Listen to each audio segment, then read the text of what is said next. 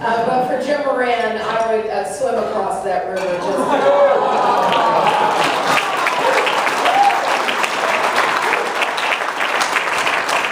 And congratulations, Mr. Chairman, and to the chairs of the JJ dinner tonight. What a packed room you have of good Democrats.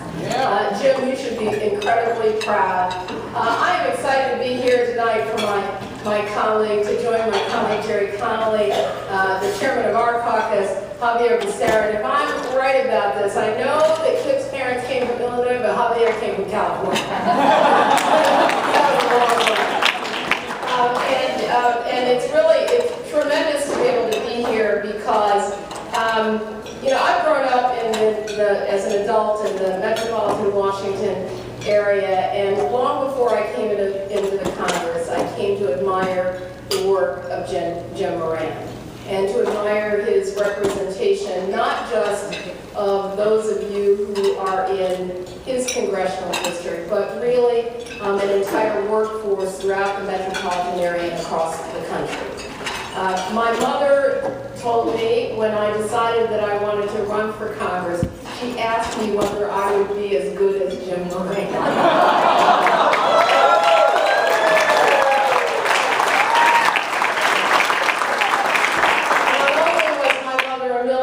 Spouse and knew how hard Jim fought for our veterans, our service members, and their families. Not only was my mother a federal worker, a member of the AFGE, in fact, a shop steward for the AFGE, and knew how hard Jim Moran fights for federal workers. Not only is my mother a woman who is all about her reproductive freedom, and so she knew Jim Moran, and so she made a good call when she asked me if I could only follow in those footsteps.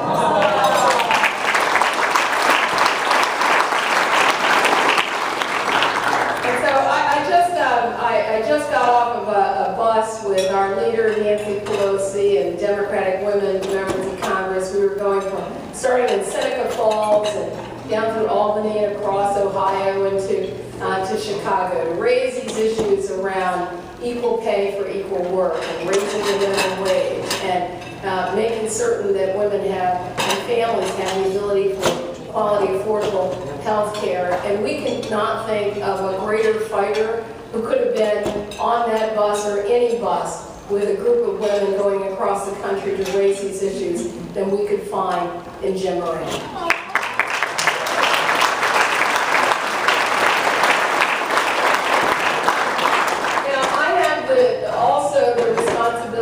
Of being the chair of recruitment for the Democratic Congressional Campaign Committee. And now I'm chairing our Red to Blue program for Democrats. And I understand that you all have a little election going on. And so I wish every one of you in this room and outside this room a lot of luck on Tuesday. And we will wait until then to take the phone call from the Democratic Congressional Campaign Committee when we have our nominee from Arlington and from the congressional district. But I do want to make sure that because I know what Arlington Democrats do. You do what we do in Maryland as well.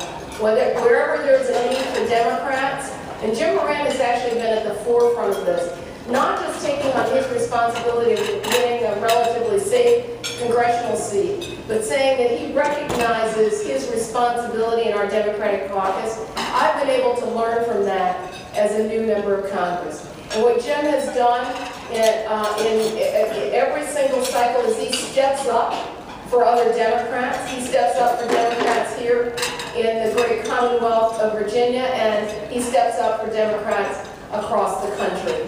And I know that you as Arlington Democrats are going to do exactly the same thing. Joining me this evening is Suzanne Patrick from the 2nd Congressional District down in Norfolk. She's one of our top candidates. We've got John Faust over